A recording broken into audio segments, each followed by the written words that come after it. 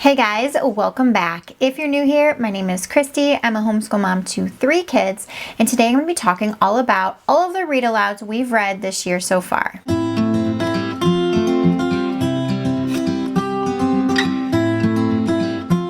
Did a poll on Instagram a while back asking if you guys wanted me to share what kinds of read alouds we've read this year so far, and everybody really wanted to know. So that's what this video is going to be about. So one thing that's really helped us stick with read alouds has been the fact that we're using a literature-based language arts program this year with my oldest daughter.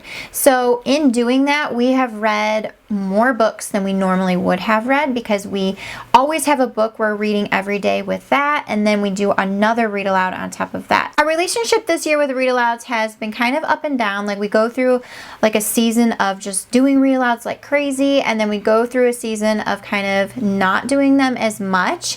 We've gotten through 10 and a half books so far this year. We just started a new one with language arts today, so we're gonna, add that one to the list. And I think by the time we finish school, we'll probably have gotten through at least 4 other ones. First read aloud that we did was The Nerdiest Girl in the World, and we started this one in the summertime, and we kind of took a break from it, and we finished it up at the beginning of the school year. The Nerdiest Girl in the World was a really good book. It was about a little girl and the time period. It was back when moving pictures were happening, silent movies and that sort of thing. And so it revolves around that. Her family actually owns an ostrich farm, which is a little bit funny. The story is funny, it's entertaining, it's action-packed, and we really enjoyed it. The next read aloud I'm going to talk about is The Earth Dragon Awakes, and this was one that we read with our language arts program. It was one that we honestly wouldn't probably have chosen on our own, and that's what I really love about literature-based language arts programs, because the books that they have on their book list and like the ones that you're required to read may not necessarily be ones that you would typically choose to read on your own. And so I love that. This is a historical fiction book based on the San Francisco earthquake, and it was really, really good. We really liked it. It was told from a couple different points of view. It would switch characters as it went through the book.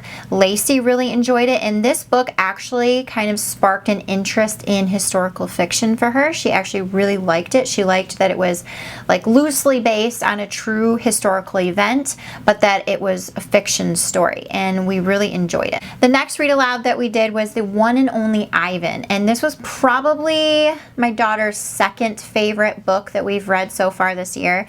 She really, really loved it. It's funny. It's told from the point of view of animals, and so that's a really unique perspective.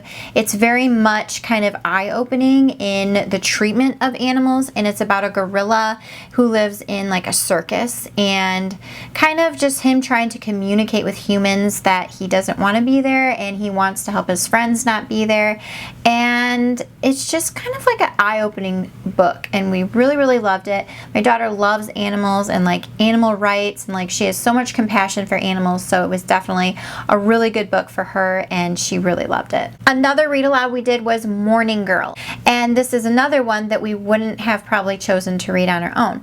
This is a very unique story in the fact that it's told from like a girl's perspective, but it's also told from a brother's perspective. So it's like a sibling relationship, and it's about islanders, and they live on an island, and it just is kind of a story about their way of life.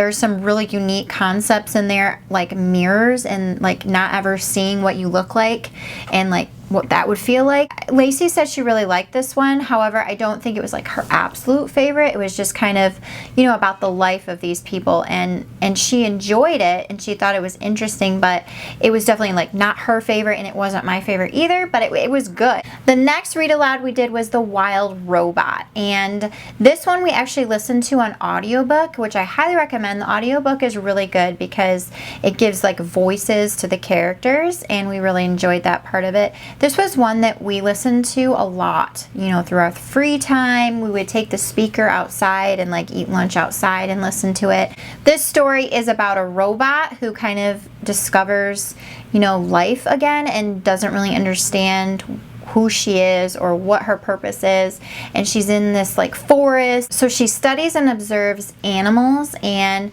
starts to kind of try to interact with them and like learn the ways of the forest, and she lives there. She becomes kind of an adopted mother in a certain circumstance, and it's just kind of a funny, sweet, heartfelt story.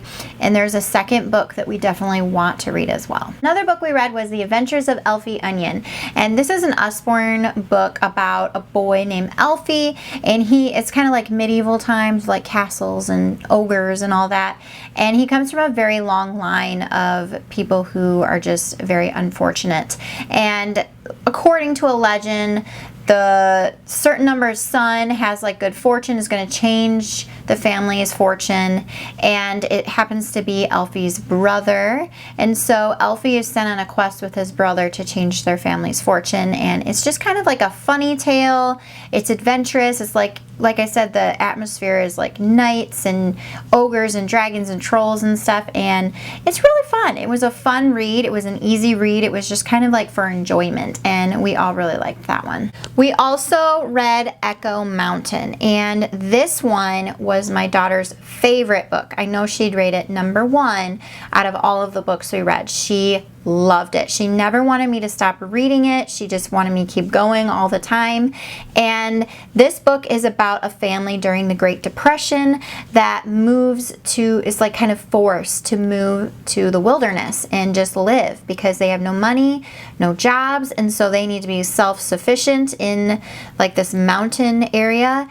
And there's danger with wild animals, and there's a little bit of like natural medicine kind of concepts in there, and they're just trying to survive and make do. And some of the characters in the book kind of lean into their misery a little bit and just think the worst of their life because they had to be taken away from their city and they just aren't making the most of it. And then the main character in the book is a girl, and she loves it. Like, she never wants to leave the mountain, and she's learned so much from her father about how to survive in the wilderness and on the mountain. She, meets some people on the mountain that may be a little bit misunderstood, but she befriends them. Like, it's a really good story. It's a really good book. The only thing in there that's a little bit like gruesome is there's some description of like wounds and stuff. But other than that, it's very clean. Like, it's a really good story, and we really enjoyed it so much. The Train to Impossible Places was another one we did, and that one was a lot of fun. It was just for fun. It was just that. It's like a magical train that can travel between like time and worlds, and there's like some physics in it a little bit, and it's about a girl who's from the human world who stumbles across this magical train and goes on an adventure of a lifetime. She meets so many new people. She kind of becomes enemies with a villain, and she's got to kind of like save the impossible places, and it was a really, really good book. We really liked this one as well. I definitely recommend it for just like a fun magical read. Where the Mountain Meets the Moon. We just finished this one like last week, and it was amazing. I definitely recommend it. It is kind of like Asian folktale-esque, and it's about a little girl named Minli and her family. They live in a very poor, poverty-stricken village, and they barely have enough food, and their parents work so hard to provide the food that they have. Her mother is just never content, and it's a story about contentment and kind of appreciating what you have and the key to happiness. And she goes on an adventure by herself where she's trying to get to the man of the moon so she can ask him how to change their fortune. And it's just like this big adventure she goes on, and it is really, really good. It's very well written. It's very like whimsical description, which I love books that like paint a picture in your mind, and this was definitely one of them. It has great morals. Like, the end of the book is just, it's perfect. It wraps up everything and ties everything in, and it's really cool.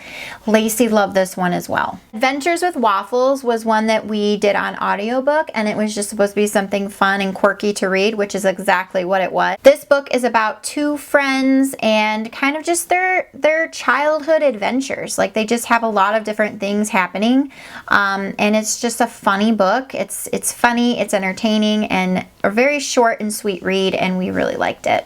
And then the last book, we are over halfway through with it, and it is The Secret of the Hidden Scrolls, book number 1. This is a Christian-based kind of fantasy series in a way, and it's about these kids who go in like Bible times and witness key Bible important events. So the first book is creation. So they literally are like there during creation, and they hear God's voice saying, you know, let there be light and stuff. And they have to go on these like missions to collect these scrolls and stuff. And we're about halfway through. I think it's good. My daughter seems to enjoy it. I wouldn't say it's my favorite, but they are good. I think that I would definitely want to continue on with the series for sure. And yeah, so if you're looking for like a Christian-based book, that is a really good series for that. Those are all of the read alouds that we have gotten through so far this year. We really love read aloud time. It's a very good kind of like connection moment. It really helps us connect or reconnect. And I definitely recommend, if you're not doing read alouds, to kind of throw those in, because it is a very wonderful bonding experience and we love it. And if you have any for us, please leave them down below. What should we read next? I love getting book recommendations. And I will see you guys in another video very soon.